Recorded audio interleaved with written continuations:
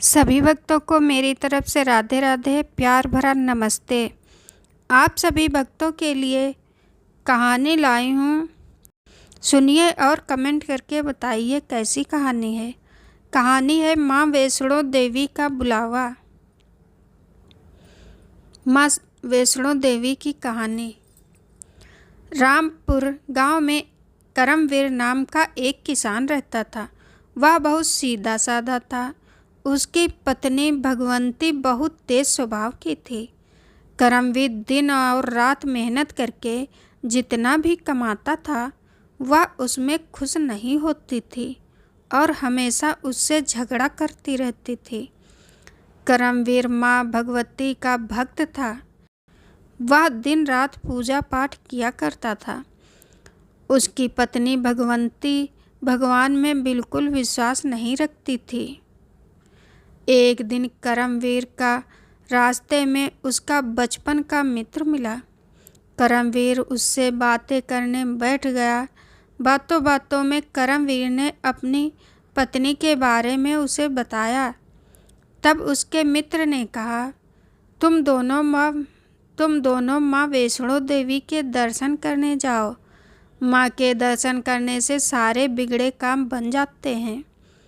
वैष्णो माता की कृपा से तुम्हारे घर के क्लेश भी मिट जाएंगे।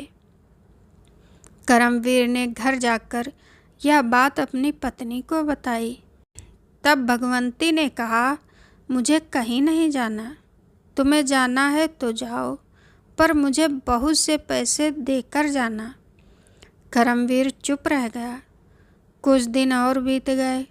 करमवीर के मन में माँ वैष्णो देवी के दर्शन करने की इच्छा प्रबल हो रही थी, लेकिन भगवंती को कैसे मनाए उसकी समझ में नहीं आ रहा था। एक दिन जब करमवीर खेत पर गया हुआ था तो वह अपने घर भगवंती खाना बना रही थी। तभी उसके घर के बाहर एक साधु बाबा आए। उन्होंने आवाज़ लगाई। उनकी आवाज़ सुनकर भगवंती बाहर आई तो देखा साधु बाबा खड़े हैं। उन्होंने कहा, माई भिक्षा दो, मैं बहुत भूखा हूँ। तब भगवंती ने कहा, मैं तुम्हें कुछ नहीं दूंगी, यहाँ से चले जाओ। इतनी मेहनत से मैंने खाना बनाया और वह तुम्हें खिला दूँ। कहीं और जाकर भिक्षा मांगो। तब साधु बाबा ने कहा, बेटी, मैं माँ वैष्णो देवी के दर्शन करके आया हूँ और वहाँ से एक अनमोल शिला लाया हूँ। यदि तुम मुझे खाना खिलाओगी तो बदले में मैं तुम्हें वह जादुई पत्थर दूंगा, जिसकी यदि तुम रोज़ पूजा करोगी तो 1 महीने बाद वे सोने का हो जाएगा। भगवंती ने लालच में साधु बाबा को बिठाया, उन्हें अच्छी तरह भोजन कराया। इसके बाद साधु बाबा ने झोले में से निकालकर एक पत्थर दिया और कहा, इस पत्थर की दिन रात पूजा करना। जैसे तुम्हारा पति माँ भगवती की पूजा करता है उसी तरह इसकी सेवा करना। इन्हें माँ भगवती समझकर माँ को भोग लगाना। उन्हें नए नए वस्त्र पहनाना। 1 महीने बाद तुम्हें इसका फल अवश्य मिलेगा। यह कहकर साधु बाबा चले गए। शाम को जब करमवीर खेत से आया तो देखा भगवंती पूजा कर रही है। उसके पूछने पर भगवंती ने सारी बात बता दी। करमवीर ने कहा, यदि तुम सच्चे मन से इस शिला में माँ भगवती का रूप देखो, बिना लालच के उनकी पूजा करो तो वे सदैव तुम्हारे साथ रहेंगी। भगवंती ने कहा, मुझे इस पत्थर की केवल 1 महीने पूजा करनी है। 1 महीने इसकी सेवा करने से यह सोने का हो जाएगा और इसे बेचकर हम बहुत अमीर हो जाएंगे। करमवीर चुप रह गया। अब भगवंती दिन रात उस शिला को माँ भगवती मानकर पूजा करने लगी। 1 सप्ताह होने पर भगवंती को बहुत गुस्सा आने लगा। वह सोचने लगी, मैंने आज तक कभी अपने पति की सेवा नहीं की, अब इस पत्थर की सेवा करनी पड़ रही है। इतना काम मुझसे नहीं हो पाएगा। मन करता है इसे उठाकर बाहर फेंक दूं, पर शायद 3 हफ्ते मेहनत और करके या सोने का बन जाए, यही सोचकर वह दिन रात सेवा में लग गई। जैसे जैसे दिन बीत रहे थे, उस शिला की सेवा करते करते भगवंती को उसमें माँ भगवती का रूप नजर आने लगा। उसके मन में लालच की जगह भक्ति जागने लगी। वह उस शिला को माँ भगवती मानकर पूजा करती रही। अब उसका स्वभाव भी बदलने लगा था। वह करमवीर से झगड़ा नहीं करती, बल्कि उसकी सेवा करती थी।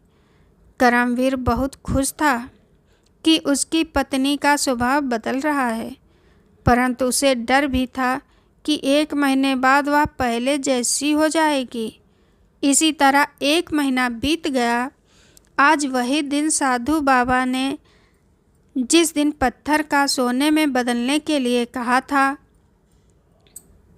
भगवंती ने नित्य की तरह पूजा की। माँ की शिला को भोग लगाया। पूरा दिन बीत गया। शाम को जब करमवीर घर आया तो उसने भगवंती से कहा, आज तुम्हारी पूजा का आखिरी दिन है। आज रात को यह पत्थर सोने का बन जाएगा और कल तो तुम इसे बेच दोगी। यह सुनते ही भगवंती रोने लगी। बोली, यह पत्थर नहीं, माँ भगवती का रूप है। यह सोने का बने या ना बने, मैं हमेशा माँ की सेवा करती रहूँगी। अब मुझे धन का जरा भी लालच नहीं है। यह सुनकर करमवीर बहुत खुश हुआ। तभी उनके दरवाजे पर किसी ने आवाज़ दी। दोनों ने बाहर जाकर देखा तो वही साधु बाबा खड़े थे। दोनों बाबा को अंदर ले आए।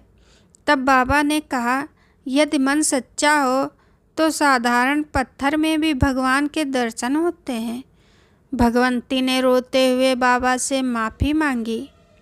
बाबा ने कहा, माँ वैष्णो देवी के दरबार से तुम्हारा बुलावा आया था। तभी माँ के आशीर्वाद से तुम्हारे मन में भक्ति जगाने के लिए यह साधारण पत्थर मैंने तुम्हारे घर के पास से ही उठाकर झोली में रख लिया था।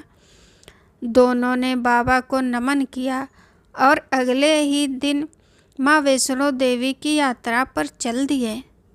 भक्तों, यदि माँ वैष्णो देवी का बुलावा आया है तो कितनी भी परेशानी हो, माँ अपने भक्तों को बुला ही लेती हैं।